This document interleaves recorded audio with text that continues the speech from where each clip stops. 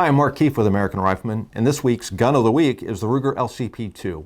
When the LCP came out in 2008, it took the entire market by storm.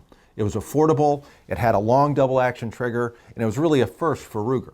But there were some things about the LCP that consumers wanted to see changed. Now, the original LCP, you can still buy it, it's very affordable, but some of the things that guys wanted are now present on the LCP II. It's a different looking gun, it's got slightly different lines. Same basic operating system. It's a recoil-operated 380 fed from a detachable box magazine.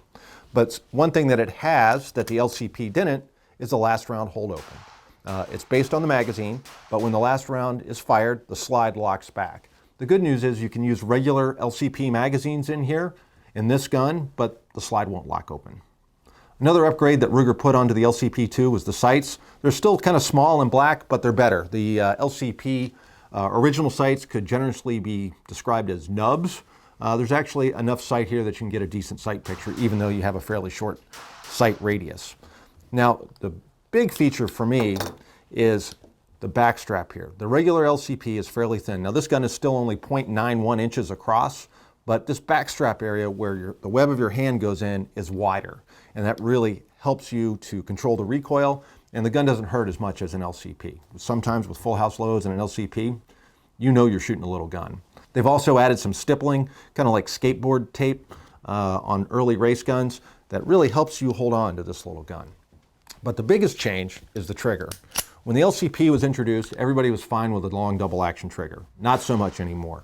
So what Ruger's done, now of course this is a hammer fired gun, it's a single action. They have an articulated blade safety in the front of the trigger. So that allows them to have a lighter weight trigger, and it's actually not a bad trigger pull at all. So really you're just releasing the sear and the hammer to go forward, but when you just press on the back of the trigger, you'll notice that you have to engage that blade in order for the gun to go off. So the LCP II does cost a little bit more than an LCP, but these features, especially in a carry gun that you're going to bet your life on, probably worth it if those things matter to you. For more on guns like this, go to Ruger.com.